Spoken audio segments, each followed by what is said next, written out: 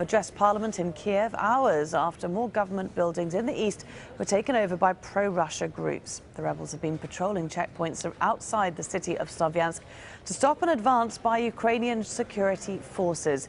Turchinov says the government's main goal is to stop the unrest from spreading. Hired soldiers, infiltrators and special forces operating on Ukrainian soil have been tasked to attack these regions.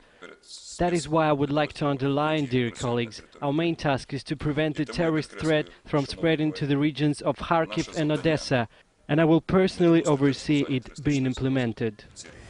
Paul Brennan joins us now live from Kiev. Paul, the president's sounding pretty desperate there. I mean, we've not really heard this sort of talk before.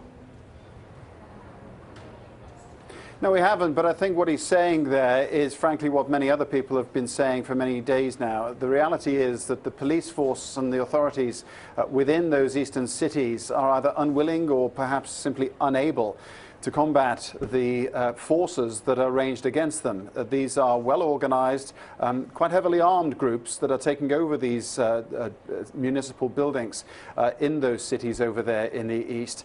And the loyalty of some of the police forces, don't forget Donetsk is the hometown of the former President Yanukovych. The loyalty of some of the police forces in those cities is questionable, to say the least. The acting president was speaking in that way because he was addressing a meeting of more than 20 regional governors, the heads of more than 20 oblasts. We're going into a 4-day public holiday starting tomorrow here in Ukraine, and it's clear that he wanted to get the message out that there should be no slacking over that holiday period. In fact, we've heard in the last hour an announcement from Kiev City Council here that there will be a kind of tactical special exercise take place in the early hours of tomorrow morning, Thursday. No details yet as to exactly what that will entail. It may simply be the movement of an armored column through the city, but it gives an indication of just how tense the situation is here and how great the fear of provocation is. Yeah, and a very real fear as well. I mean, we keep hearing of yet more government buildings being taken over in the east. Just how much of that area is now in control of the pro-Russia separatists? Well, this is open to interpretation. We had a briefing just yesterday from the US ambassador to Ukraine, Jeffrey Pyatt. Now, he played it down. He rather described it, well, I'll give you the quote. He described it as ink spots of instability. He said that although these were isolated incidents that were getting a lot of media coverage, they weren't actually joined up, and it shouldn't be over-exaggerated. That said, the reality in those cities is that the authorities are simply not able to conduct their business as normal.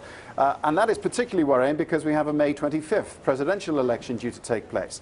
I attended a briefing just earlier on this morning, and one of the gravest concerns that they had was how the election is going to take place in those eastern regions. They said the election will go ahead and it will remain legitimate even if people in the east choose not to take part. But the distinction that the Election Commission was making was there's a difference between people staying away from the polls. That's a matter of choice. But those people who are prevented from taking part in the polls, that is terrorism. OK, Paul Brennan live for us there from Kiev. Thanks very much, Paul.